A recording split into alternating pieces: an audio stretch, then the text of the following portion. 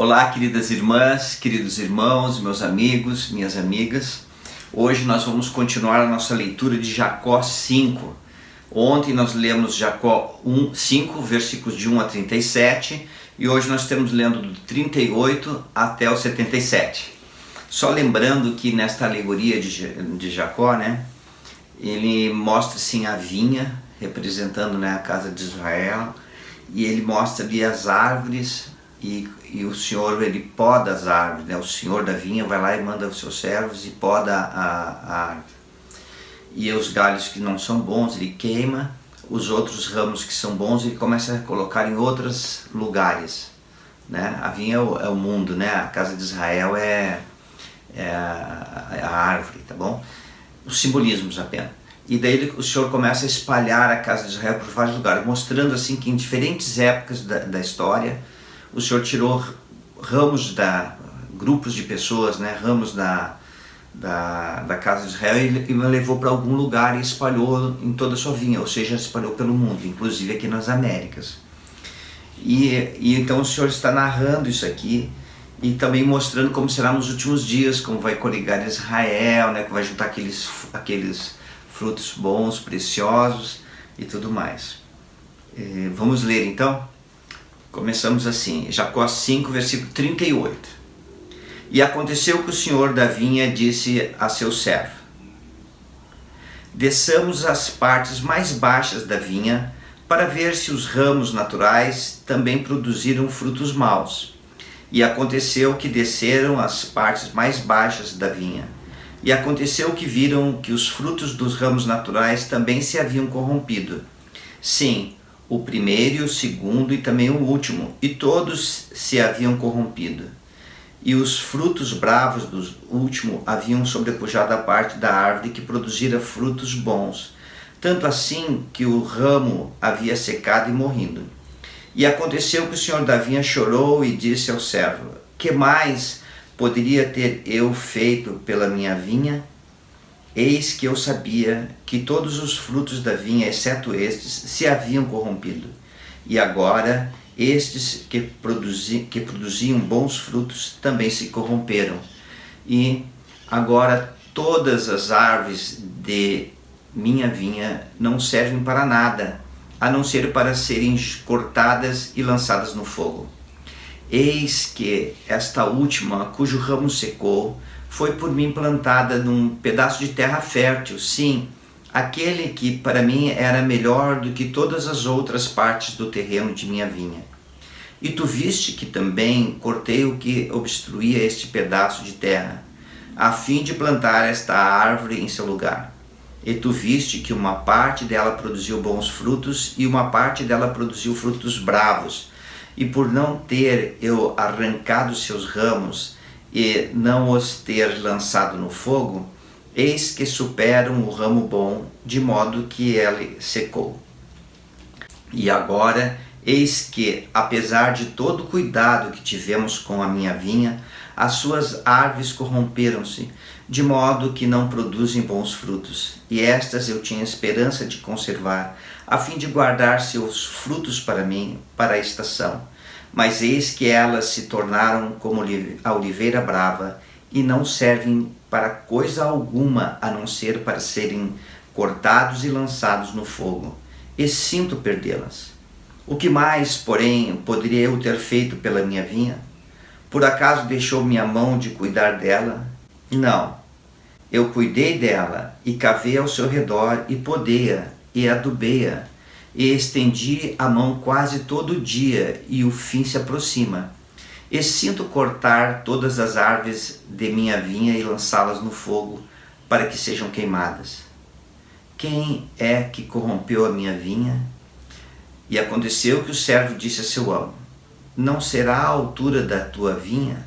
Não terão os ramos superados as raízes, que são boas? E porque os ramos superaram as raízes, eis que eles cresceram mais depressa do que a força das raízes, tomando força para si mesmos. Eis que, digo eu, não será esta a causa de se haverem corrompido as árvores de tua vinha?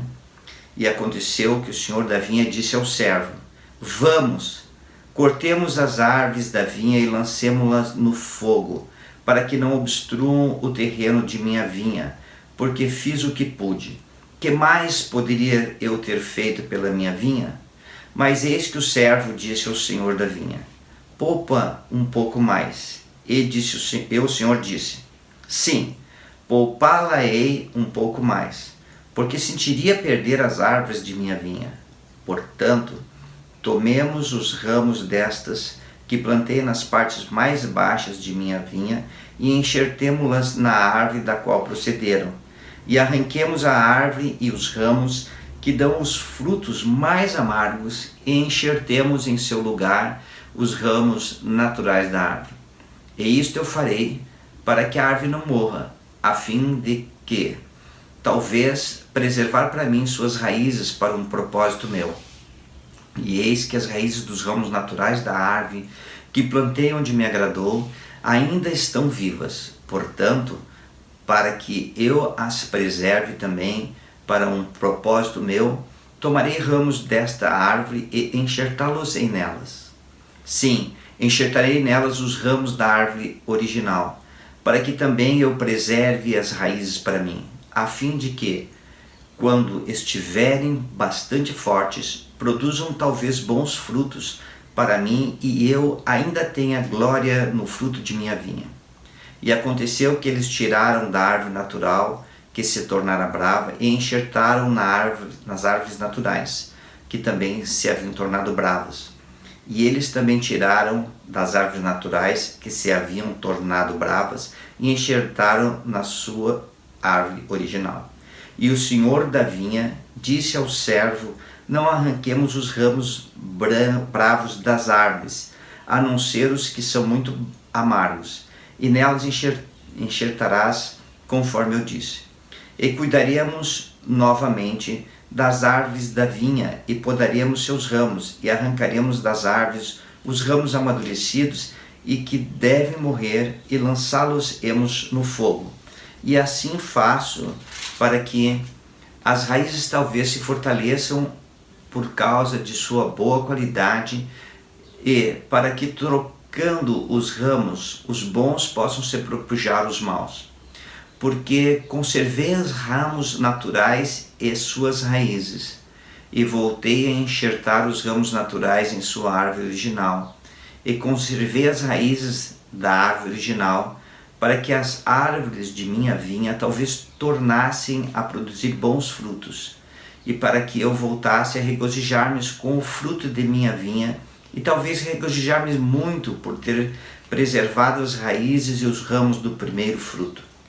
Vai, pois, chama servos, para que trabalhemos diligentemente com todo afinco na vinha, a fim de prepararmos o meio pelo qual eu volte a obter o fruto natural que é bom e mais precioso do que qualquer outro fruto. Portanto, vamos trabalhar esta última vez, com todo afinco, pois eis que se aproxima o fim, e será esta a última vez que poderei a minha vinha. No 62, isso. Só vamos dar uma mais pequena explicação, então. Essa alegoria da oliveira mostra que ao longo da história, o povo de Israel, em diferentes épocas, se corrompeu, entrou em apostasia, se afastou de Deus, adorou outros ídolos, outros deuses de madeira, deuses de pedra, de metal. E o que aconteceu? Sempre que teve isso, eles foram conquistados. Ao serem conquistados, foram levados para outras terras. Lembra que o Senhor cortava os ramos e levava para uma parte da vinha, enxertava numa árvore, enxertava noutra árvore, enxertava noutra. Sempre que havia uma apostasia, o Senhor então mandava os profetas. É como se tivesse acontecido ali um corte da árvore original, né, para botar em outras árvores. E aqui então está chamando assim, ó, chama outros servos para vir e podar a vinha pela última vez. Então o que nós temos que entender? Nós estamos nos dias que antecedem a segunda vinda do Salvador. E o Senhor chamou muitas pessoas. Você, os missionários, os templos estão abertos com oficiantes trabalhando em todos os lugares do mundo praticamente. Chamou missionários milhares de missionários para pregar o Evangelho, chamou apóstolos, profetas, autoridades gerais, presidências de estacas, bispados, enfim, organizou a sua vinha, né? E eles estão trabalhando, e todos nós com bastante afinco, para resgatar as pessoas, para trazer as pessoas para o reino de Deus na terra. E isso é o que está acontecendo nessa alegoria. Então nós estamos nos últimos dias trabalhando com todo o afinco, tá bom? Com toda a força, com toda a energia. No 63, enxertai os ramos, começai pelos últimos, para que sejam os primeiros, e para que os primeiros sejam os últimos. E cavai ao redor das árvores, tanto velhas como novas, as primeiras e as últimas, e as últimas e as primeiras, para que todas voltem a ser tratadas pela última vez. Portanto, cavai ao redor delas, e podai-as e adubai-as novamente, pela última vez, porque o fim se aproxima. E se estes últimos enxertos se desenvolverem e produzirem o fruto natural, então preparareis o caminho para eles, a fim de que cresçam.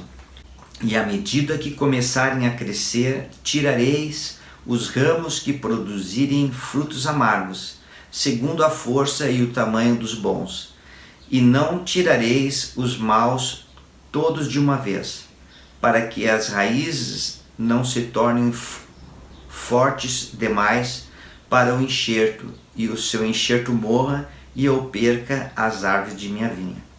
Porque sentiria perder as árvores de minha vinha.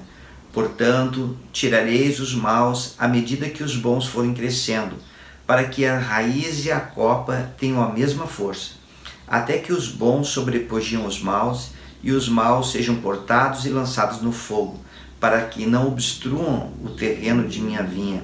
E assim varrerei os maus de minha vinha. E os ramos da árvore natural tornarei a enxertar na árvore natural, e os ramos da árvore natural enxertarei nos ramos naturais da árvore, e assim tornarei a juntá-los, para que produzam o fruto natural, e eles serão um.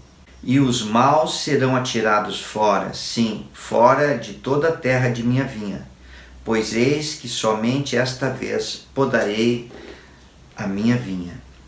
E aconteceu que o senhor da vinha enviou seu servo, e o servo fez como lhe ordenara o Senhor, e trouxe outros servos, e eram poucos. Olha, ele trouxe você para ajudar. Você é um servo de Deus. Você foi chamado para trabalhar na vinha, não é maravilhoso? 71. E o Senhor da vinha disse-lhes: ide trabalhar na vinha com todo o afinco, pois eis que esta é a última vez que trato de minha vinha, porque o fim está próximo e o tempo rapidamente se aproxima. E se trabalhardes comigo com afinco, tereis alegria no fruto que guardarei para mim, para o tempo que logo virá. E aconteceu que os servos foram e trabalharam com todo o afinco, e o Senhor da vinha também trabalhou com eles, e obedeceram aos mandamentos do Senhor da vinha em todas as coisas. E a vinha voltou a produzir o fruto natural, e os ramos naturais começaram a crescer e a desenvolver-se muito, e os ramos bravos começaram a ser arrancados e lançados fora, e conservaram igualdade de força entre a raiz e a copa das árvores. E assim trabalharam com toda a diligência, segundo os mandamentos do Senhor da vinha, até os maus serem lançados para fora da vinha, e o Senhor ter preservado para si as árvores que se haviam tornado novamente fruto natural, e tornaram-se como um corpo, e os frutos eram iguais, e o Senhor da vinha conservara para si o fruto natural, que lhe fora muito precioso desde o começo. E aconteceu que quando o Senhor da vinha viu que seu fruto era bom, e que sua vinha não estava mais corrompida, chamou seus servos e disse: eis que pela última vez cuidamos de minha vinha, e vede que procedi de acordo com a minha vontade, e conservei o fruto natural que é bom, assim como era no princípio. E benditos sois vós, pois por terdes sido diligentes ao trabalhar comigo na minha vinha, e por terdes guardado os meus mandamentos e tornado a trazer-me o fruto natural, de modo que não está mais corrompida a minha vinha, e o mal foi lançado fora. Eis que vos regozijareis comigo por causa do fruto de minha vinha. Pois eis que por um longo tempo guardarei para mim o fruto de minha vinha, para a estação que se aproxima rapidamente. E pela última vez cuidei de minha vinha e podei-a, e cavei ao redor dela e adubei-a. Portanto, guardarei de seu fruto para mim por muito tempo, de acordo com o que eu disse. E quando chegar o tempo em que frutos maus tornarem a aparecer em minha vinha, então farei reunir os bons e os maus, e os bons guardarei para mim, e os maus lançarei no seu próprio lugar. E então virá o tempo e o fim, e farei com que minha vinha seja queimada com fogo. E na segunda vinda, né, teremos uma purificação desta terra através de fogo. E assim terminamos o capítulo 5 de Jacó, que era bem longo. E eu estou tão feliz que nós tivemos mais esta pequena, grande vitória em nossa vida. Continua constante na leitura do livro de Mórmon. Eu sempre falo aqui nos vídeos, né? Continua constante na leitura, continua firme na leitura. E eu espero que você pegue a mensagem. Continua constante na tua vida. Continua constante na fé em Cristo. Persevera até o fim. E essa é a mensagem de hoje. Tchau, queridas irmãs, queridos irmãos, meus amigos, minhas amigas. Tchau!